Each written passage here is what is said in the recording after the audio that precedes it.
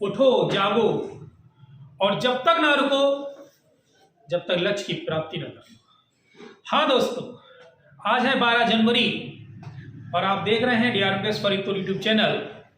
12 जनवरी बहुत ही खास दिन है आज, स्वामी विवेकानंद का जन्मदिन। जी हाँ दोस्तों, आज के दिन स्वामी विवेकानंद जी ने इस धरती पर आए थे और ये 12 जनवरी राष्ट्रीय युवा दिवस के नाम से मनाई जाती है। पूरे देश में बहुत ही धूमधाम से इसका आयोजन होता है और ये युवा दिवस स्वामी विवेकानंद के जन्मदिन के उपलक्ष्य में मनाया जाता है। भारत सरकार ने स्वामी विवेकानंद के जन्मदिन के उपलक्ष्य में ये महोत्सव रखा था, राष्ट्रीय युवा दिवस। तब से ये राष्ट्रीय युवा दिवस के नाम से जानी जाती है। आज कर्नाटका में माननीय प्रधानमंत्री जी द्वारा एक सम्मेलन होगा। वहां पर युवा शक्ति के बारे में और स्वामी विवेकानंद जी के बारे में माननीय प्रधानमंत्री जी हम सबको उद्बोधन करेंगे। जैसा कि दोस्तों हम सब युवा हैं और ये युवा शक्ति एक ऐसी शक्ति है जो अपने देश को सुदृढ़ बना सकती है, अपने देश को एक अच्छा बना सकती है। युवा के अंदर वो सब कुछ है जो किसी के अंदर नहीं हो सकता। युवा के अंदर शक्ति है, युवा के अंदर जोश है, युवा के अंदर स्फूर्ति है। युवा वो कर सकता है जो कोई नहीं कर सकता। हम सभी स्वामी विवेकानंद जी के मार्गदर्शन में, स्वामी विवेकानंद जी के आदर्शों में,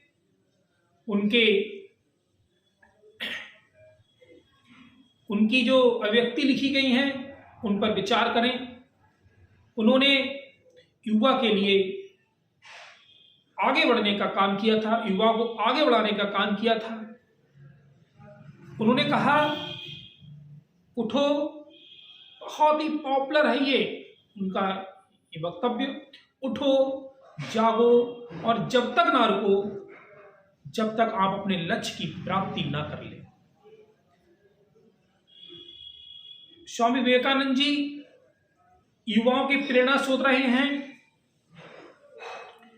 और इस राष्ट्रीय युवा दिवस के रूप में हर साल प्रतिवर्ष एक थीम बनाई जाती है। इस बार 2023 में एक थीम है विकसित युवा विकसित देश।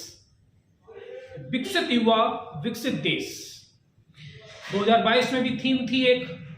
ऐसे हर साल एक थीम बनाई जाती है राष्ट्रीय युवा दिवस पर। दरअसल अपना भारत जो है, युवा अपने भारत में सबसे ज्यादा युवा है, युवा देश माना जाता है। लगभग 60% अबव, मतलब 60% से ऊपर इस देश में, इस भारत में युवा है। युवा, जो युवा शक्ति है, युवा शक्ति वो शक्ति है जो देश के आधार स्तंभ को दिशा और दशा दोनों का सुधारने का काम करती है। युवा शक्ति वो शक्ति है जो सही को, जो गलत हो रहा है उसको सही कराने में कामयाब करती है। जैसे कि जो टेक्नोलॉजी इस समय बहुत ज्यादा बढ़ रही है, युवाओं की देन है। जो हम फोन चला रहे हैं, युवाओं की देन है। युवा लगातार सोशल मीडिया से जुड़े हुए हैं, लेकिन कुछ युवा हैं जो अभी भी नशे में धुत हैं। उनके पैर लड़खड़ाते हैं, वो चल नहीं पाते हैं। ऐसे युवाओं को हमें जागृत करना है। यह स्वामी विवेकानंद जी ने कहा था कि ऐसे युवाओं को हमें उठाना है, हमें दौड़ाना है, हमें भगाना है, उन्हें आगे लाना है। स्वामी विवेकानंद जी ने नशा मुक्ति, दहेज प्रथा और रिश्वतखोरी पर बंद कराने का भी काम किया था और सभी युवाओं ने उनका साथ दिया था।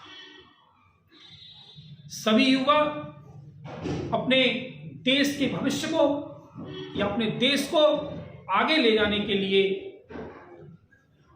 इस तरीके का मुहिम चलाएं, इस तरीके की बातें करें कि जो रिश्वतखोरी का धंधा है वो बंद हो सके, जो नशा हो रहा है इस देश में उस पर रोक लग सके और जो दहेज प्रथा पर, जो हमारी बेटियों पर अत्याचार हो रहे हैं उन पर भी रोक लगाई जा सके। यह स्वामी विवेकानंद जी ने सनातन धर्म में भी बहुत आगे ले गए, अपना देश को एक सनातन धर्म से जोड़ा, बहुत ज्यादा उन्होंने उपदेश दिए थे। स्वामी विवेकानंद जी काली माता के उपासक थे और उनके जो गुरु थे वो भी बहुत काली माता के उपासक थे। तो साथियों, हम सभी युवा शक्ति आपके जो आदर्श हैं उनको मानते हुए सनातन धर्म से जुड़िए। उनकी जो आपके उपासक जैसे इष्ट जो हैं आपके, उन्हें मानिए। ऐसा नहीं है कि भगवान नहीं है, भगवान है, लेकिन हमें दिखाई देता है या नहीं देता है ये आप पर डिपेंड करता है। स्वामी विवेकानंद जी ने कहा था कि अगर आप अपने में विश्वास नहीं कर सकते तो भगवान पर विश्वास कैसे करेंगे। पहले हमें इस युवा शक्ति को अपने में विश्वास करना होगा, फिर हम भगवान पर विश्वास कर पाएंगे। माना कि विज्ञान चमत्कार है, लेकिन विज्ञान के अंदर जो माइंड है उसको डेवलप कौन कर रहा है? कोई रोबोट है क्या? कोई तो शक्ति है जो उसको कंट्रोल कर रही है। माना एक एग्जांपल देते हैं, ये फोन बनाया गया होगा, किसी के द्वारा ये फोन बनाया गया होगा, तो उसके दिमाग में ये बात कहां से आई? क्या किसी रोबोट ने बता दी इसको? कोई तो शक्ति थी कि उसके दिमाग में ये बात आई कि ये फोन बने। पहले तार द्वारा फोन चलता था, वायरिंग पड़ती थी, लेकिन अब विदाउट वायरिंग, बिना तार के ये फोन से हम लोग देश विदेश में बात कर सकते हैं। हम फेसबुक, यूट्यूब, व्हाट्सएप ये सब चला सकते हैं। युवा शक्ति की देन है। लेकिन उस युवा के अंदर जो शक्ति आई, जो विश्वास जताया, जो भरोसा आया, वो किसकी देन थी? वो किसी शक्ति की देन थी। वो शक्ति है भगवान, आपके ईष्ट, आपके उपासक। इसलिए स्वामी विवेकानंद जी ने बहुत ही सनातन धर्म को जोड़ने का काम भी किया। तो सभी युवाओं साथियों से मैं अपील करना चाहता हूं, मैं कहना चाहता हूं कि आप अपने ईष्ट, अपने उपासक, अपने भगवान, अपने प्रभु, अपने धर्म, अपने सनातन धर्म से जुड़िए, उन्हें मानिए, उन्हें पहचानिए और उन पर विश्वास रखिए। तभी हम आगे बढ़ सकते हैं, नहीं तो ये असंभव है। सनातन धर्म से जुड़ने का मतलब है कि हम लोग नशा से दूर रहेंगे, हम लोग किसी दूसरे पर अत्याचार नहीं करेंगे, हम लोग किसी से रिश्वत ले रहे होंगे तो एक बार को हाथ लड़खड़ाएगा।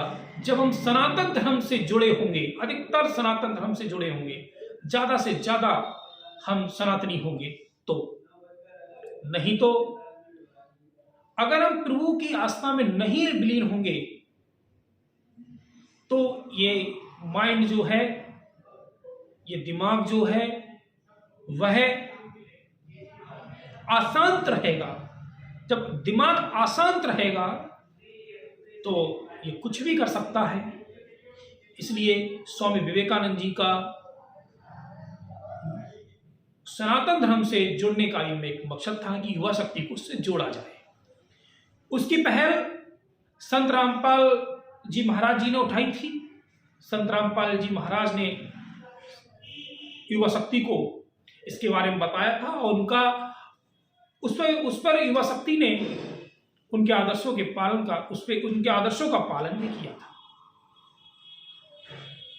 आज स्वामी विवेकानंद जी के हम सभी स्वामी विवेकानंद जी के आदर्शों का पालन करें, उनके विचारों को सुने और उनकी जो उन्होंने विचार दिए थे उनकी राह पर चलें। एक स्वामी विवेकानंद जी ने कहा था,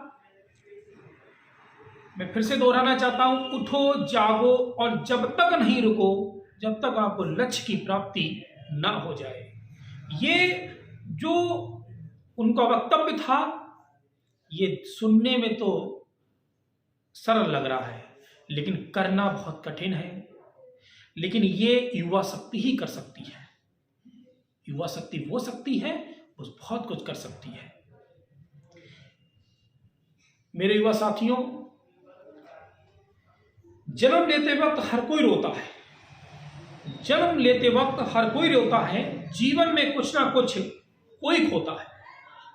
सफलता की बुलंदियों पर वही चढ़ता है जिसमें रिस्क लेने का एहसास होता है, मतलब साहस होता है। एक बार फिर बोलते हैं, जन्म लेते वक्त हर कोई रोता है।